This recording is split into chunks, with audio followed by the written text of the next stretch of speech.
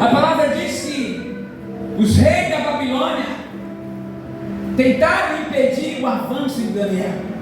Mas o mais importante é que o povo que governava a Babilônia esqueceu que a mão de Deus estava com Daniel. Tentaram abafar Daniel, jogar até Daniel na cova dos leões, mas a palavra diz que o próprio Deus prevaleceu.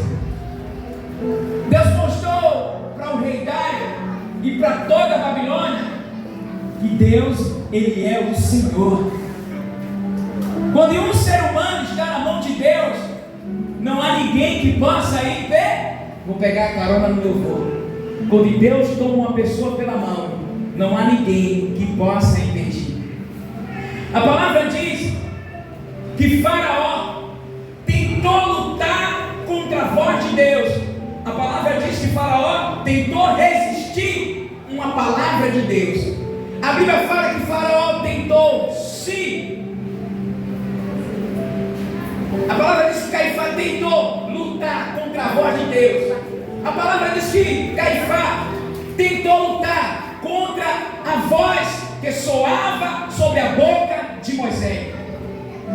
E a palavra diz que o Senhor prevaleceu sobre o Egito. Quem entende isso?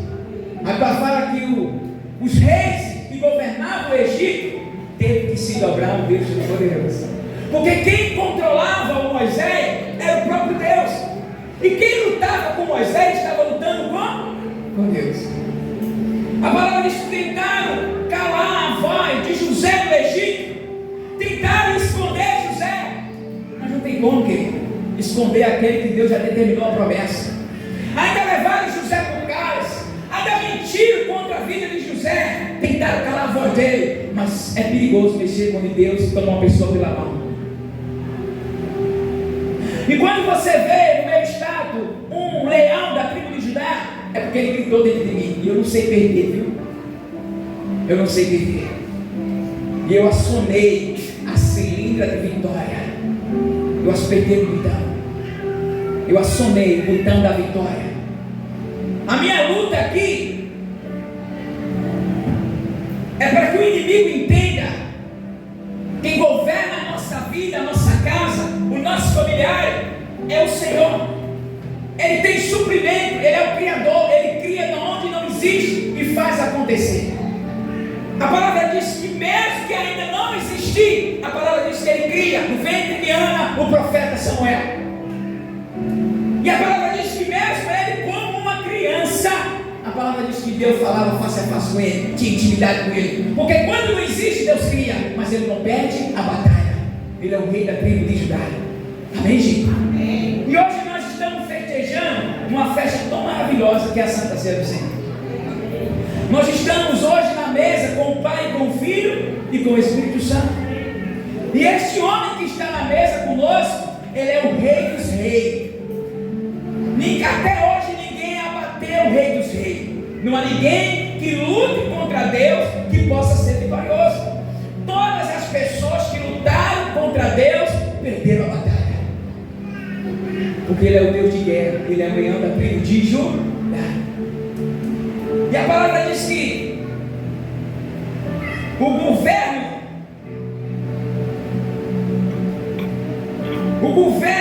os sacerdotes, os religiosos, os homens que tentavam calar a boca de Cristo. E a palavra diz que Jesus não se incomodava com os religiosos e não se incomodava com Pilato nem com Caifás. Você vê que a provocação é tão grande.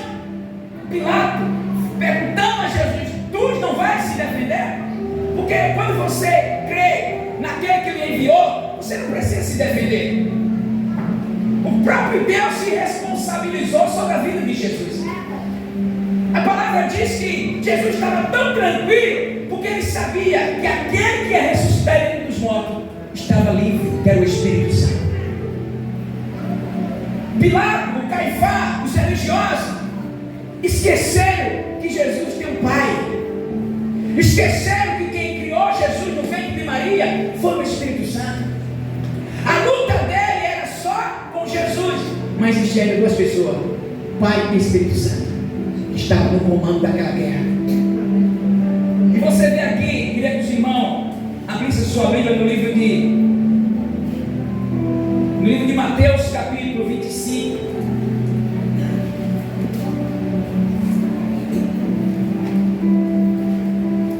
Não adianta lutar contra Deus. Eu acionei o botão do leão. Eu pensava que eu ia acionar esse botão tão rapidamente. Eu pensava que eu tinha esquecido já esse botão, mas eu tive que acionar ele de novo. Quem está entendendo? Vou mostrar para vocês hoje. Vou mostrar para toda a igreja que o sangue que foi derramado na cruz não foi o sangue da igreja e não foi o sangue do pastor. O sangue que foi derramado na cruz foi o sangue de Jesus. A igreja deve glorificar o Senhor. A igreja hoje deve celebrar o Senhor pelo tamanho da vitória de Cristo na cruz.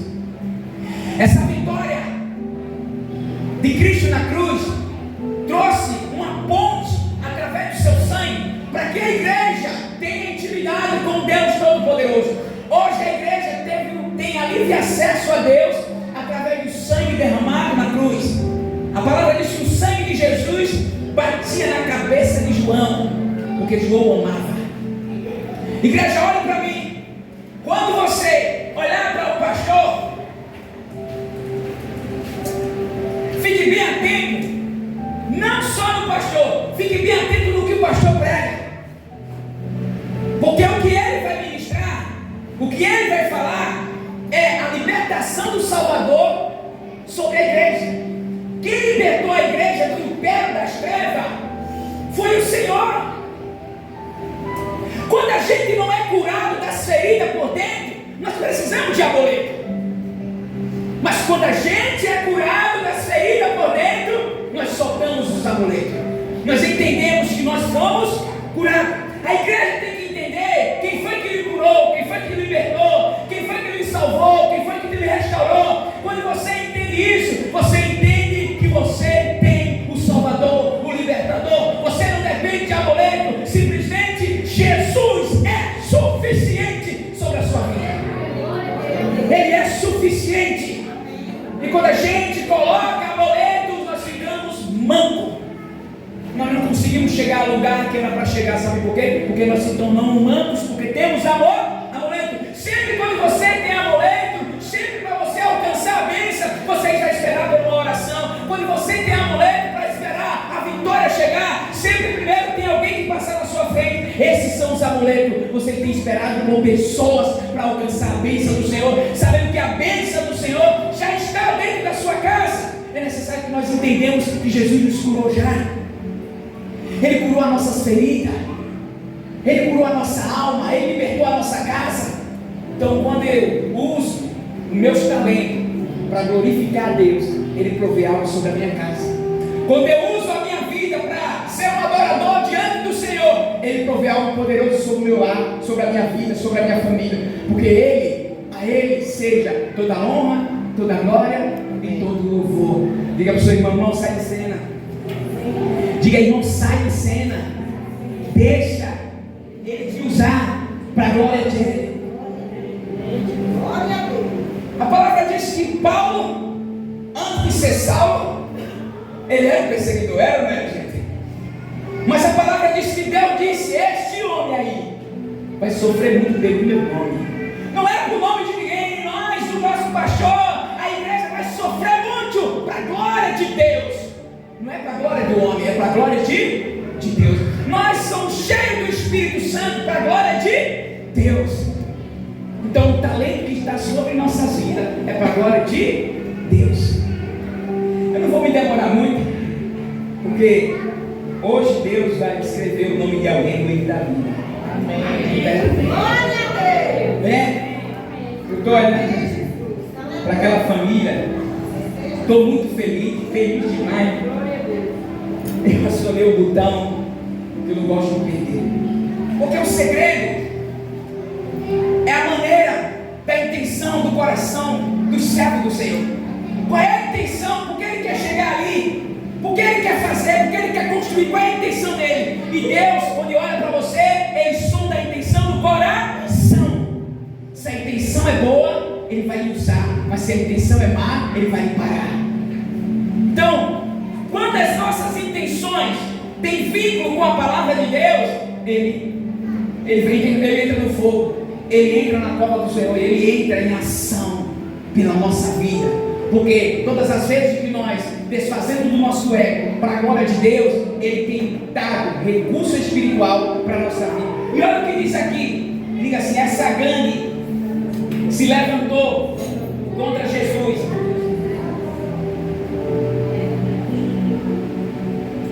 Mateus capítulo 25, no versículo 57, diz assim: e aqueles que prenderam Jesus levaram à casa do sumo sacerdote Caifás. Aqui, Caifás, um homem que tinha toda a liberdade de dizer: não mate Jesus. Mas ele assinou. Ele assinou. Já viu aquela baixa assinada? Vamos fazer uma baixa assinada para calar Jesus. O primeiro voto foi dele. No versículo mais adiante, onde os escribas e os líderes religiosos estavam reunidos. Aí eu ouvi uma palavra de um ministro dizendo como é que a igreja está se reunindo. A igreja está se reunindo para quê? E a palavra diz que esses homens, Caifás, os líderes religiosos, se reuniram. Mas para que se reuniram? Reuniram-se para calar a voz. Mateus capítulo 25, 26, no versículo 57. Mateus capítulo 26, versículo 57. Isso.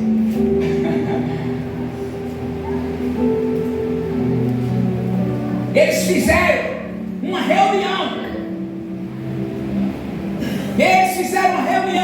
Uma baixa assinada, e disse: vamos calar Jesus, vamos sacrificar Jesus, vamos parar este homem. Não sabia com quem estava lutando. O próprio Deus criou a humanidade. Foi Deus que criou Caifás, foi Deus que criou Pilato, foi Deus que criou os religiosos, foi Ele que criou. Toda a humanidade se submete a Deus. E esses homens se revoltaram contra a glória de Deus. E a palavra diz no 58: e Pedro o seguia de longe até o pátio do sumo sacerdote. Entrando-se, sentou-se com os guardas para ver como tudo terminaria. Versículo 59: os principais sacerdotes e todo o sinédrio procuravam um falso testemunho contra Jesus. Para o quê? Para condená-lo à morte. Eu acredito que esses homens não tinham juízo, não. Eles não tinham juízo. Não tinha juízo, não, Paulo. Eles procuravam um testemunho para matar aquele que é o dono da onde? O dono da vida. O próprio Deus libera o fôlego de vida para esses homens. E ele agora tenta calar o fôlego de Deus. Olha que esse homem não tinha juízo, Paulo. Esses homens estavam lutando contra Deus. E a palavra diz que Jesus não se preocupa se defender. A palavra diz que Jesus não chega perto de Caifás e diz: olha, me solte, olha, eu não fiz isso, olha, eu vou me defender. Não, porque Jesus sabia que ele tem um advogado fiel e que o Espírito Santo está com ele. Então aquele que criou Jesus no ventre de Maria, ele não perdeu o controle. O Espírito da verdade. Quem luta contra Deus é envergonhado. E no versículo mais adiante, no versículo 60, diz assim: e não encontrava coisa alguma, apesar de muita testemunha falsa. Se apresentaram, mas por fim compareceram duas pessoas e disseram: ele afirmou: posso destruir o santuário de Deus e reconstruir em 3 dias. Sabe o que Jesus estava dizendo com esse versículo? Ainda que vocês me matem, ainda que vocês façam reunião para destruir a minha vida, ele estava afirmando: vocês não irão me parar, porque ao terceiro dia tem alguém importante e poderoso, que é o meu Pai, que vai enviar o Espírito Santo no túmulo e vai me ressuscitar. A palavra diz: quando Jesus estava no túmulo, o próprio Deus envia o guarda-chefe, os anjos dele, para acordar e despertar aquele soldado. E a palavra diz que no túmulo os soldados tremeram quando viram os anjos. Gente, esses caras são doidos. Olha, quando Jesus está no túmulo morto, os anjos aparecem e os soldados tremem na mão. A palavra diz que os soldados foram subordinados para dizer que alguém tinha roubado o corpo de Jesus. Mas não tem como. Não tem como parar esse homem. Não tem como parar o dono que criou você. Não tem como parar Jesus Cristo. Até hoje, milhares de países, milhares de pessoas, feitiço, magia, maçonaria, tentando impedir essa palavra. Mas essa palavra é a única que liberta. Esta palavra é a única que restaura. Porque a palavra do Deus vivo, ele não está morto, ele ressuscitou. Todos os deuses morreram e não ressuscitaram, mas só existe um, a voz que clama no deserto. Esse sim ressuscitou. Jesus, o nosso Salvador. É por isso que a igreja prevalece. É por isso que a igreja não se rende. Porque o dono da igreja não está morto, o dono da igreja está vivo. Este livro, as pessoas param para escutar, porque o autor deste livro, todas as vezes que esse livro é aberto e o ministro está pregando, o autor se revela no coração do pregador. E todas as pessoas que ouvem esta palavra, ela não sai da mesma forma que entrou. Ela sai transformada, ela sai curada, ela sai liberta, porque a palavra é viva e eficaz. Este rei aqui está vivo. Devemos a igreja toda, junto com o pastor, acreditar no Senhor, perdendo toda a oportunidade carnal e sempre acreditando na oportunidade espiritual. Você pode dizer assim: pastor, e qual é o meu chamado? Não sei. O seu chamado é sofrer pela glória de Deus. O seu chamado é esse. O seu chamado é resistir o mal e deixar Jesus entrar dentro da sua casa. No versículo 61, versículo 62 diz assim: então o sumo sacerdote levantou-se e perguntou: nada responde ao que este põe contra ti? Jesus, porém, permaneceu calado. Mas por que Jesus permaneceu calado? Porque ele não se defendeu. Gente, presta atenção. Quem está no trono, quem tem chamado, quem reconhece, Jesus reconhece que aquelas palavras, aquele confronto, não ia calar a voz de Deus. A palavra diz que quando Jesus está na cruz, ele diz: Eloi, Eloi, Senhor Deus, por que me abandonaste? E a palavra diz que Jesus não houve nenhuma resposta do céu. Simplesmente Jesus olha para o céu e diz: está consumado, o preço foi pago, este povo é livre. E no terceiro dia, quem estava lá? O Espírito Santo. Ressuscitando quem? Jesus. E agora a pressão ela aumenta, sabe por quê? Porque Jesus já não está mais em carne e osso. Jesus agora está em espírito. E agora o confronto não é mais contra Jesus. O confronto é aquele que segue a Jesus. E agora as obras malignas, agora os inimigos das trevas, ele não persegue mais o Cristo, ele persegue você, porque o Cristo está dentro de vocês. O Cristo está dentro de vocês e não tem mais como perseguir o Cristo. Vocês recebem pressão porque o inimigo sabe que o Espírito Santo está dentro de vocês. Vocês são perseguidos porque ele sabe que existe uma luz dentro de você, a luz de Deus, a luz da salvação, tentando parar você, tentando colocar você para baixo. O desânimo chega, a tristeza, a dor, mas você submete ao Senhor e sobressai diante dessas circunstâncias. Amém, gente? Amém ou amém? E diz aqui no versículo 63: e Jesus, porém, permaneceu calado. E o sumo sacerdote disse: ordeno que jure pelo Deus vivo e diga que tu és o Cristo, o Filho de Deus. Olha o versículo 64. E Jesus permaneceu. E Jesus respondeu: é como disse. Contudo, digo vós que desde agora em diante verei o Filho do Homem assentado à direita do Todo-Poderoso. Não dá para ficar preocupado com uma pessoa que tem certeza da tem como. Ele disse o que? A resposta dele: agora tu vereis o Filho do Homem assentado à direita do Todo-Poderoso. Olha que confiança de Deus. Olha que confiança na promessa. Olha que confiança Jesus tinha no seu Pai, porque foi dado a promessa. Ao terceiro dia ele declarou, o próprio Jesus, ao terceiro dia ele ia ressuscitar. Nem soldado, nem Caifás, nem os religiosos até hoje não conseguiu abater Jesus Cristo. Sabe por que é tanta tribulação na tua vida? Sabe por que é tanta perseguição? É tanto disse-me-disse, ttt? É porque o Cristo zela pela tua vida. Sabe por que Paulo foi tão perseguido, lançado na prisão, chicoteado? É porque todos sabiam, o sinal que ele fazia era o sinal do Cristo. Quem está entendendo? Era Cristo operando na vida de Paulo, e o Paulo incomodava as pessoas, não na sua estrutura física, mas na comunhão do Espírito. Ele incomodava.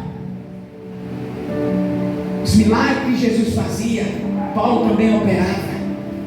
Na prisão, Paulo louvou o Senhor, Paulo. Na prisão, a certeza é: estou convicto que Jesus vai me tirar daqui. Quando a gente tem confiança em Deus, não é no homem não. Eu quero que a igreja tenha confiança em Deus. O homem é falho. Confia em Deus. Quando você tem confiança e o pastor tem confiança em Deus, a gente está guardado e seguro. A palavra diz que a palavra de Deus é escudo e proteção. E esse sangue que nos fez a ponte principal, que é a intimidade entre nós e Deus, esse sangue foi derramado por uma pessoa, Jesus Cristo, para olhar. Os dons são usados para a glória de Deus. É ou não é, Sandra? O talento que você tem é para a glória de Deus.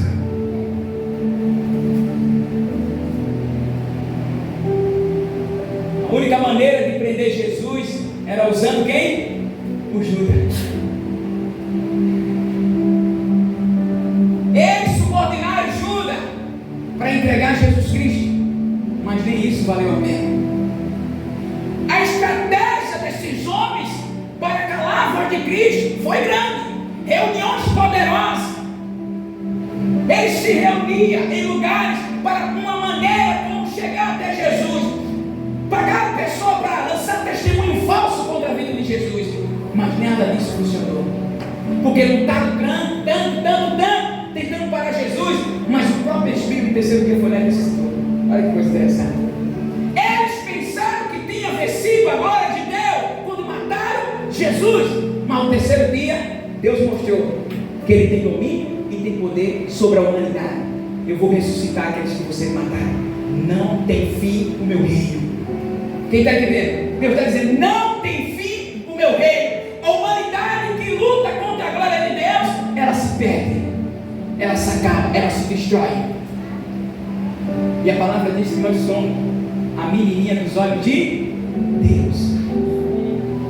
Quando o nosso coração está rendido no altar de Deus, está como o livro de Pentecostes, capítulo 2. E o povo estava reunido em um só lugar, com a mesma intenção, numa mesma dimensão. E a palavra diz que os ventos sopraram sobre a janela e tomaram todo o povo com a glória de Deus. Todos foram cheios do Espírito Santo. A maneira como a igreja se une, se reúne para fazer acontecer o que a palavra diz. Eu estava dizendo hoje aqui para Cristina, nós vamos fazer um festão, das crianças. Mas eu tenho uma convicção que vai sobrar brinquedo, vai sobrar. Então eu creio que os brinquedos vão sobrar. E esses brinquedos eles não vão ser guardados, eles vão ser distribuídos. Não importa qual seja a denominação, seja aqui, seja no Ceará, seja onde for, mas que seja para a glória de Deus. Porque se nós lutar contra a igreja do Senhor, a palavra diz, Jesus disse, disseram para Jesus: este homem expulsa demônio pelo espírito de Bezebu. Quem está entendendo? E a palavra de Jesus foi bem clara: aquele que expulsa demônio pelo espírito de Bezebu, o reino está dividido. Como é que o próprio inimigo está com o seu próprio reino? Então nós não podemos ficar contra o reino de Deus, independente de qualquer circunstância, independente de qualquer placa de igreja. Nós estamos aqui para contribuir para a glória de Deus. Amém, gente? Nós estamos aqui para contribuir para a glória de Deus. As crianças não têm culpa das decisões erradas dos adultos. Cada um vai pagar pelos seus atos. Amar não significa aceitar. Eu amo, mas não aceito ele. Eu amo, mas não sou obrigado a abraçar. Simplesmente eu amo. Eu perdoo, mas não sou obrigado a andar com as pessoas que eu perdoei. Eu não sou obrigado. Amar significa eu amo, mas não convivo. Quem está entendendo? A palavra me dá autoridade para isso. E no versículo 65 diz assim: então, rasgando-lhe a própria roupa, os sumos sacerdotes disseram: blasfema, para que precisamos ainda de testemunho? Acabais de ouvir a blasfêmia. Versículo 66: que vos parece? Ele respondeu: eis réu digno de morte. Versículo 67: então alguns cuspiram em seu rosto e deram soco nele.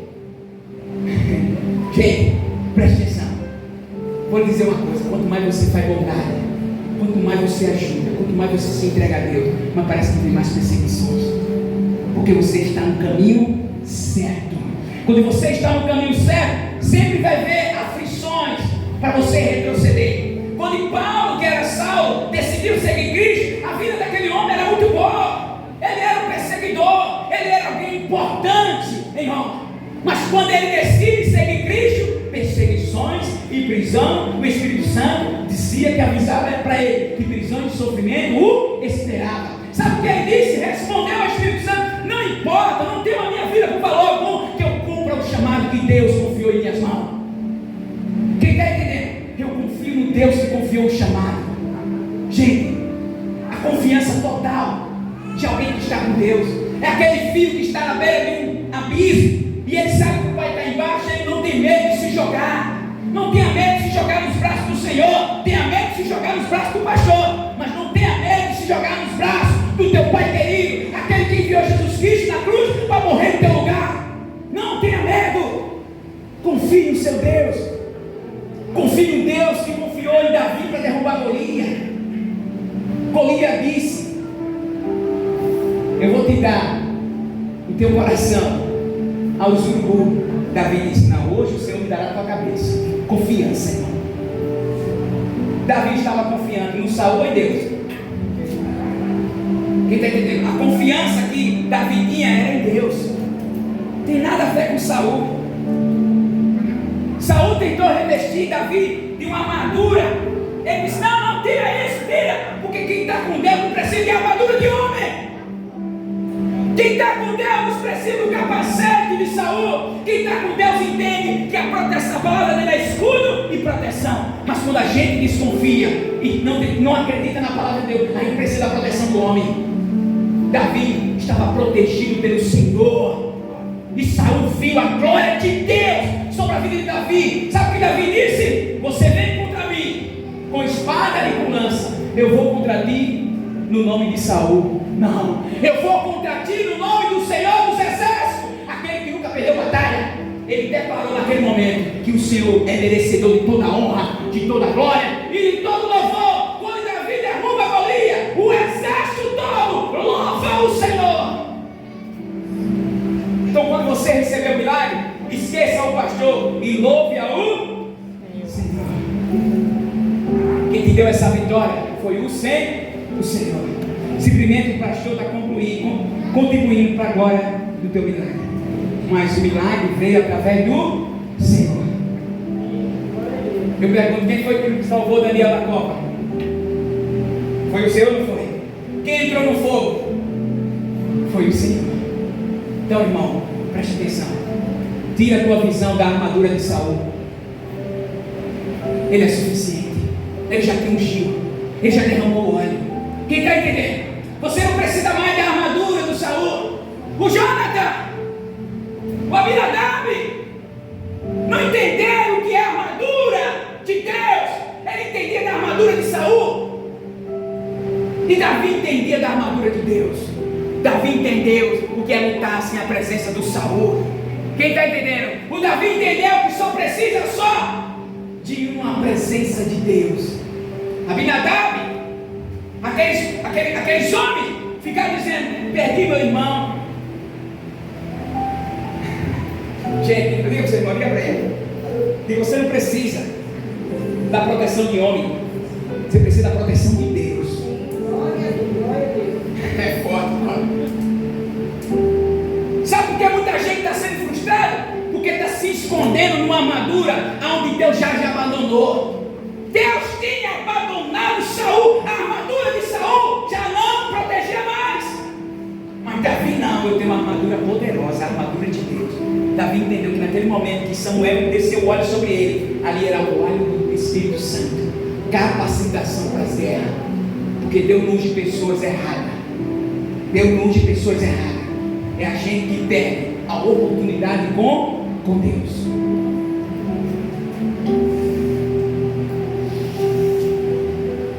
Mateus capítulo 27, no versículo. Mateus capítulo 27, no versículo 1, diz assim: quando amanheceu, todos os principais sacerdotes e líderes religiosos reuniram de novo. Para que agora essa reunião? Porque se reuniu com Caifás, se reuniu agora para tentar subordinar. Já viu aquela pessoa no meio de uma multidão? Um espião, né? Um espião, tem um espião, sabe? Ele disse: tem um aí no meio aí que ele é fraco. Vamos usar ele. Vamos usar ele para contaminar. Vamos usar ele para chegar até Jesus. E existem pessoas assim. Ei, Judas, o Espírito Santo está me dizendo aqui: Judas, ele não era trigo, ele era Jó, mandava no meio dos trigos. E na hora do fogo, o joio morreu. Presta atenção. Não adianta a igreja ficar preocupada. Quando Deus soprar, o joio não vai prevalecer. Quem está entendendo? Diga assim: eu não sou joio, eu sou trigo.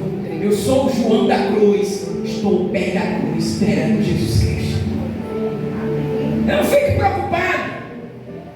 E diz um texto aqui: quando amanheceu, todos os principais sacerdotes e líderes religiosos reuniram-se, os concederam para condenar Jesus à morte. E amarrando-lhe, levaram-lhe para entregar a Pilatos, o governador. Então Judas, aquele que traiu, vendo que Jesus foi condenado, sentiu remorso e devolveu as 30 moedas de prata aos líderes religiosos, dizendo: pequei, traí sangue inocente. E Pilatos também declarou essa mesma palavra que Judas declarou. Ele disse: eu lavo a minha mão, eu não sou culpado do sangue deste homem. Ele sabia quem era Jesus. Ele disse: eu não sou maluco e não sou doido mexer com esse homem. A mulher de Pilatos, ela avisou Pilatos: não mexa com esse homem. Esse homem é filho do Deus vivo. E aqui está o joio se perdendo.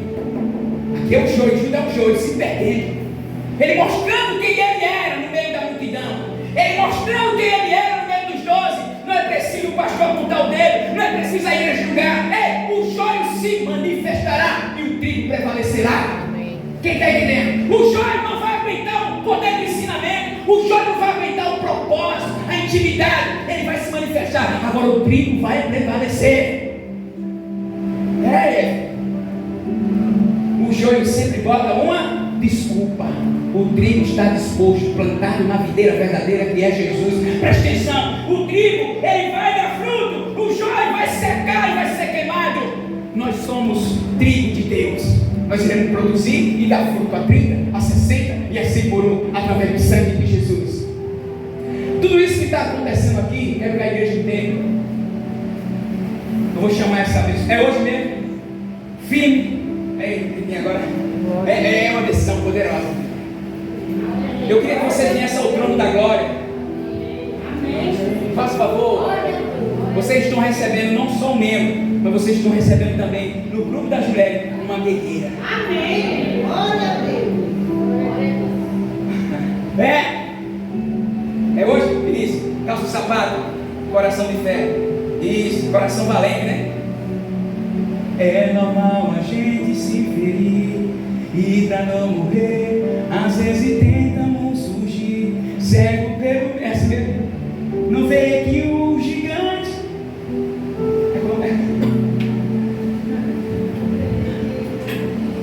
já é bem menor que a mão de Deus. Não quero contar uma história que você morreu.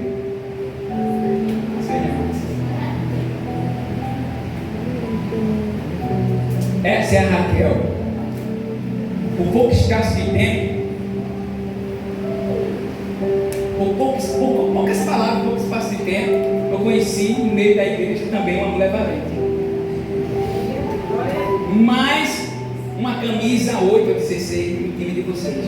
Amém. E é desse jeito que a igreja cresce. Não precisa fazer festa, não precisa estar agradando a ninguém, só pregar a palavra. É o bastante. Se a palavra não está sendo suficiente, é porque tem alguma coisa errada. Isso, venha para o trono. Isso, olha essa família maravilhosa. A Raquel hoje. Você quer falar alguma coisa, Raquel? Você tem muita coisa para falar, Raquel. Eu sei que em pouco espaço de tempo Deus vai te usar aqui. Vem aqui, o Breno, isso, né? Aqui mesmo, perto do altar. Né? Falta a palavra, né? Falta a palavra. Está com alguns meses que meu filho disse: mãe, eu estou com uma dor no peito. Aí eu pensava, irmão, que era uma dor assim, sabe, passageira. Essa dor vai estar gravando. E cada dia que ele falava: mãe, eu estou com uma dor no peito, aquilo, sabe? Eu disse: meu Deus, não deixa eu perder meu filho, que foi uma luta do início até aqui, para, né? Na gestação do Breno tive uma complicação séria. E eu disse: Deus, já perdi um, deixa eu perder mais um, que eu não vou aumentar. E quando ele dizia: mãe, está doendo aquilo, Deus só sabia como eu ficava. Eu ia trabalhar, mas o coração ficava na mão, ligando para o pai dele: e aí, como é que está o Breno?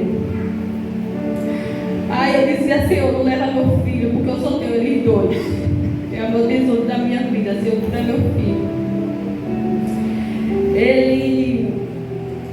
Eu não consigo assim suportar perder um filho, porque muitos sabem, mas eu não posso ter mais filho pela criatura. E eu disse: Senhor, não deixe que leve meu filho, porque é um dos bem preciosos que eu tenho na terra.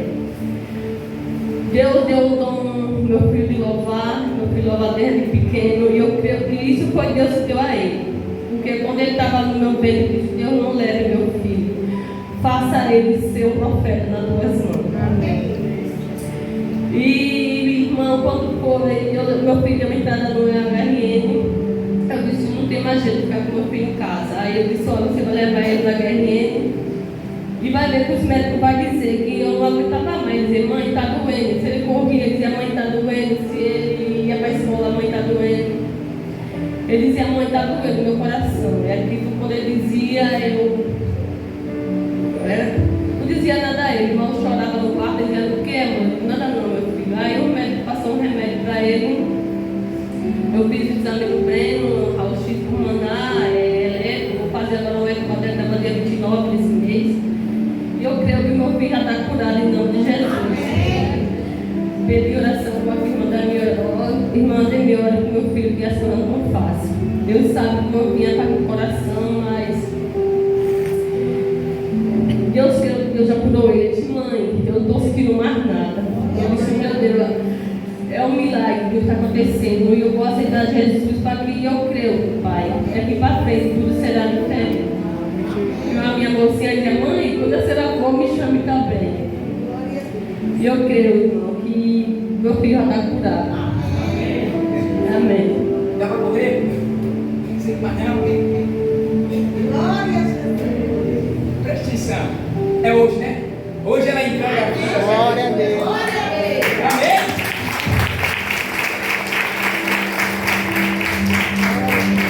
Família debaixo da mão de Deus.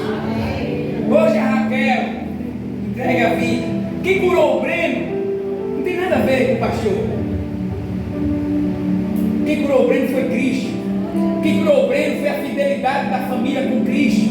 E aqui está.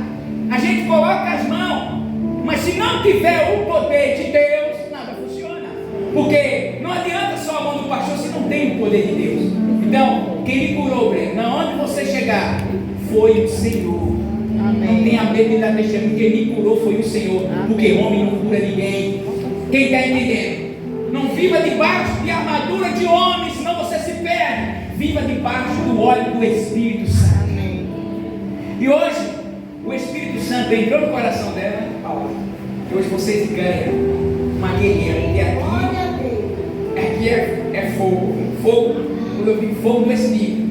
E aqui ela decidiu hoje entregar a vida a Jesus. Vamos ficar de pé que eu quero chamar o Alex para fazer a oração aqui.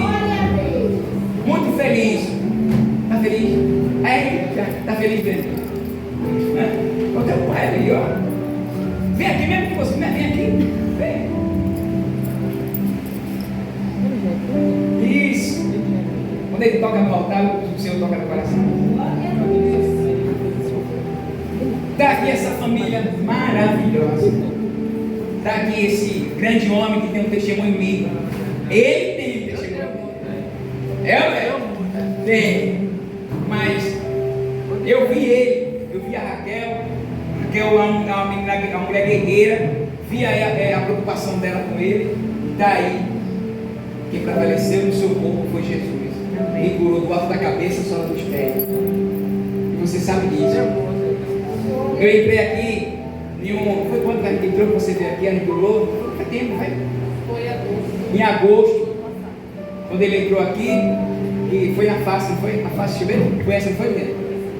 O AVC passou na face, e ele entrou ali, a gente dobrou, presta atenção, a gente dobrou o joelho aqui, eu, junto com ela, dobrou um joelho e disse, Pai, em nome de Jesus, restaura por completo, e a luta dela, a correria dela, com oração, perguntando como é que está, ele disse, está bem, e para honra e glória do Senhor, a face do homem. Quem está entendendo? Quem fez isso? Diga assim, Deus. Deus é que faz isso. Deus é quem faz isso. Testemunho que você tem. Tem muito, né? É muito. Amém, igreja? É pouco não, né? Mas eu vou contar com o seu testemunho aqui. Vai dizer, não vai? E vai ter culto de ação de graça. Vai ter um festão. Vocês são a vitória. Deus está preparando. Raquel, ela lutou, e Deus abriu as comportas do céu sobre a vida dela. Depois que eu conheci a Raquel, ela decolou, gente. Foi ou não foi? Sem medo de errar, sem medo, confiança total no Senhor. Deus tira no lugar, bota de novo. Vai melhorando. Amém? Alex, faça o favor. Glória a Deus.